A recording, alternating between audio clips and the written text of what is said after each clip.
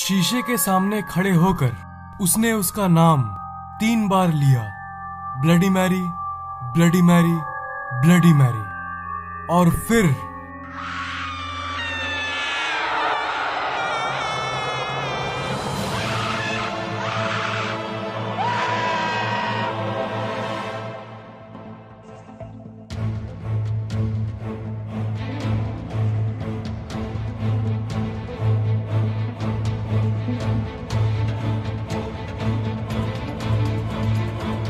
Bloody Mary, इस नाम को तो आपने पहले भी सुना होगा, पर क्या आप जानते हो कि ब्लडी मैरी की कहानियां सिर्फ कहानियां हैं या फिर सच्ची घटना?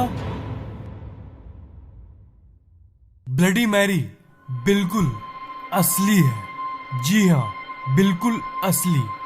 और इतिहास इसका सबूत है। इतिहास में इसकी पूरी जानकारी मौजूद है। ब्लडी मैरी और कोई नहीं बल्कि इंग्लैंड की रानी मैरी टूडोर थी। एक समय सच में मैरी नाम की एक लड़की थी जिसकी मौत के बाद उसका नाम ब्लडी मैरी दे दिया गया। और इसके पीछे एक बहुत बड़ा कारण था। ब्लडी मैरी के बारे में हम जो भी सुनते हैं वो बिल्कुल सच है और हजारों नहीं लाखों लोगों ने इसे देखा है। तो आखिर ब्लडी मैरी है क्या?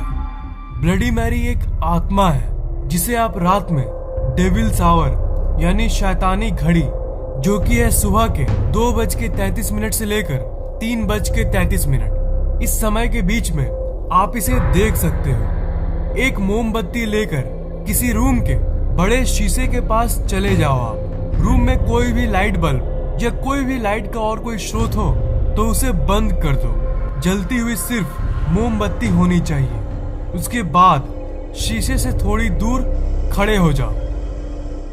शीशे के तरफ चलते हुए 3 बार नाम लो, bloody Mary, bloody Mary, bloody Mary. 4 second बाद शीशे के तरफ देखना।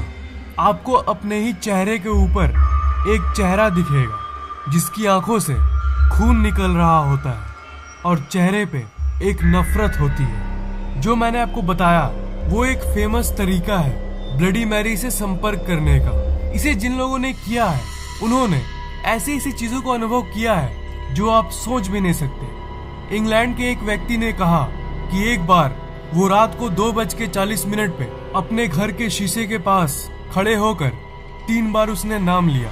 उसके बाद उसने शीशे पे एक लड़की को देखा जिसकी आंखों से खून निकल रहा था। उसे ब्लडी मैरी का चेहरा दिखा। कुछ सेकंड्स तक वो चेहरा शांत था, पर कुछ देर बाद उसने उस मिरर से निकलकर उस इंसान की आंखों को नोच लिया। ये लोग तो तब भी लकी थे क्योंकि इन्होंने तो बस अपनी आंखों को खोया था, पर कई लोगों ने तो इसकी नाम पुकारने के बाद अपनी जान को भी खो दिया।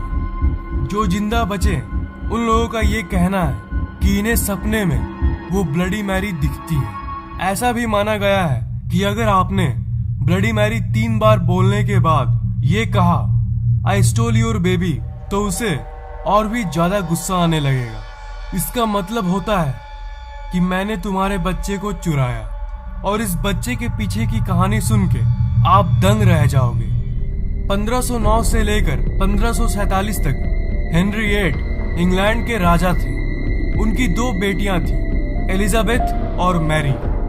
पहले के जमाने में राजाओं के एक से ज्यादा वाइफ्स हुआ करती थी और किंग हेनरी के भी बहुत सारे वाइफ्स थी। मैरी उनकी पहली पत्नी की बेटी थी। मैरी को उनके पिताजी ने कभी स्वीकारा नहीं था और उसके साथ दुर्व्यवहार किया जाता था। नौकरों के होने के बावजूद भी मैरी महल के सारे कामकाज करती थी। उसके पिताजी हेनरी इंग्लैंड के सबसे शक्तिशाली इंसान थे और वो मैरी के लाइफ को जैसे चाहे वैसी कर सकते थे। इसलिए मैरी ने कभी उल्टा जवाब ना देके जो उसके पिताजी ने कहा उसने वो किया। 1547 में किंग हेनरी की मौत हो गई। जब मैरी बड़ी हुई तो प्रजा को संभालने का जिम्मा मैरी पे आ गया और मैरी इंग्लैंड की रानी बन गई। 37 साल बाद जाके मैरी ने जिंदगी में आजादी को पहली बार महसूस किया। रानी बनने के बाद अब वो जो चाहे वो कर सकती थी, पर बदकिस्मती से उस समय इंग्लैंड की हालत कुछ अच्छी नहीं थी। पूरा इंग्लैंड एक धर्म के बदले दो धर्मों में बंट गया था। प्रोटेस्टेंट्स एंड कैथोलिक्स धर्म को लेकर इंग्लैंड में लड़ाई चल रही थी और मैरी चाहती थी कि पूरे इंग्लैंड में एक ही धर्म, पर इस बात को कई लोगों ने नकार दिया था। प्रोटेस्टेंट्स प्रोटेस्टेंट्स ही रहना चाहते थे और कैथोलिक्स कैथोलिक्स ही रहना चाहते थे। जो लोग मैरी की इस बात को नकार रहे थे, मैरी ने उन्हें मारने की सजा दे दी। जो लोग एक धर्म को मानने से नकारते थे, उन्हें जिंदा जला दिया गया। इसलिए मैरी को लोग नापसंद करना शुरू कर दिए और मैरी को लोग एक विलन के रूप में देखने लगे। उसके बारे में ये भी कहा जाता है कि वो स्नान करते समय पानी के बदले खून से नहाया करती थी।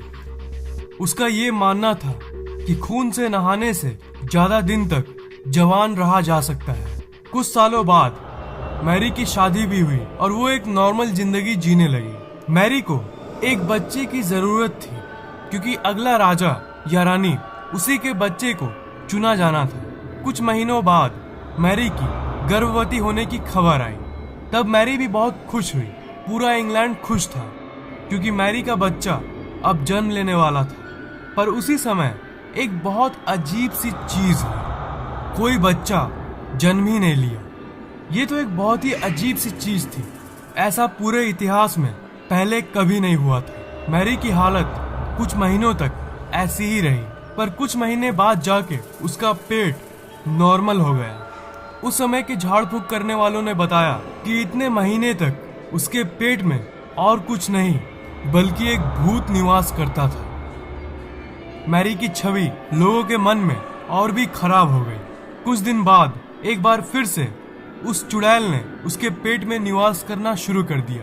फिर से वो गर्भवती हुई, पर कोई बच्चा नहीं हुआ।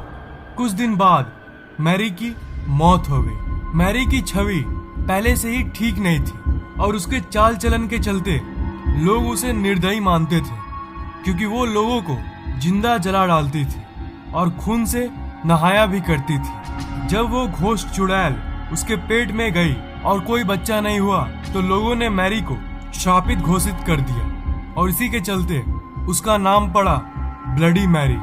उसके मरने के बाद वो राजगद्दी उसकी बहन एलिजाबेथ को मिल गई। इस कहानी से हमें ये पता चलता है कि मैरी इंग्लैंड की सबसे बदकिस्मत रानियों में से एक थी। और जो मैंने शुरू में आपको बताया कि अगर आप शीशे के सामने खड़े होकर ये बोलोगे कि आई स्टोल योर बेबी, तो उसे और ज्यादा गुस्सा आने लगेगा। उसके पीछे की कहानी आपको पता चल गई है। मैरी एक बच्चे को चाहती थी और उसकी वो चाह मरने के बाद भी अधूरी रही। और वो चाह इतनी शक्तिशाली है कि उसकी आत्मा आज भी मौजूद है।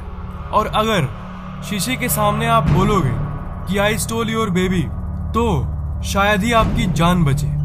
अगर आपको एक्सप्लोर करना है तो आप 3 बार ब्लडी मैरी बोल के उसे देख सकते हो, पर भूल कर भी आई स्टोल योर बेबी मत बोलना। क्या आप रात को 2:33 से लेकर 3:33 के बीच के समय में शीशे के सामने जाकर 3 बार ब्लडी मैरी बोलना चाहोगे? नीचे कमेंट जरूर करना। अगर आपको ये वीडियो अच्छा लगा तो इस वीडियो को लाइक, कमेंट और शेयर जरूर करना और इस चैनल को सब्सक्राइब जरूर करना क्योंकि मैं ऐसे ही इंटरेस्टिंग वीडियोस अपलोड करता रहता हूँ। सब्सक्राइब करने के बाद आप उस बेल आइकन को ऑन कर देना ताकि अगली बार जैसे मैं नई वीडियोस डालूं वो आपको तुरंत सबसे पहले मिल जाए।